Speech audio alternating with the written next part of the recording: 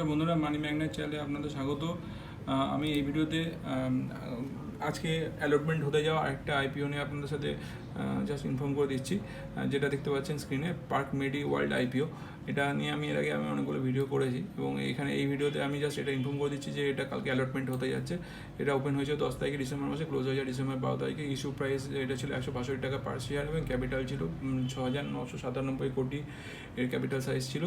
এবং এর যে আইপিওটা টেন্টেটিভ অ্যালটমেন্ট আজকে রয়েছে এবং এটার ইনিশিয়েশন হবে রিফান্ড ডিসেম্বর 16 তারিখে এবং টেন্টেটিভ লিস্টিং ডেট রয়েছে ডিসেম্বর 17 তারিখে এবং এনএসসি বিএসসি দুটোতেই এটা লিস্টিং হবে।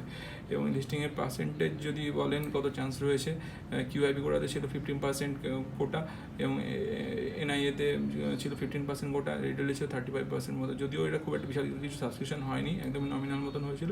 সেই হিসেবে দেখতে গেলে ওই প্রতি 2-3 জনে একজন করে পাওয়ার চান্স রয়েছে যারা যারা অ্যাপ্লাই করেছেন, আর সুযোগ ভালো আছে পাওয়ার এটা।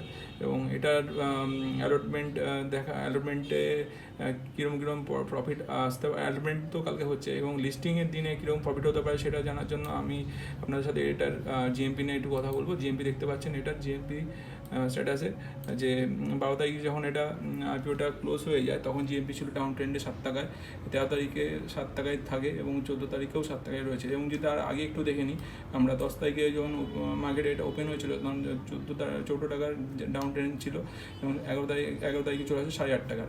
এবং আজকে কত থাকে সেটা তো আমি একটা আপডেট আপনাদের জানাবোই। এবং গতকাল ছিল হচ্ছে 744 টাকার এস্টিমেটেড প্রফিট এবং এস্টিমেটেড গেইন ছিল 4.32।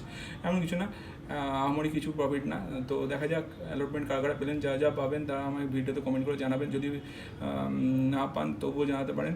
আর আমার চ্যানেলের ভিডিওগুলো যদি ভালো লাগে তাহলে আমার চ্যানেলটা সাবস্ক্রাইব করে, লাইক করে, শেয়ার করে আমার পাশে থাকবেন এবং আমার চ্যানেলটা গ্রো করতে হেল্প করবেন। ধন্যবাদ।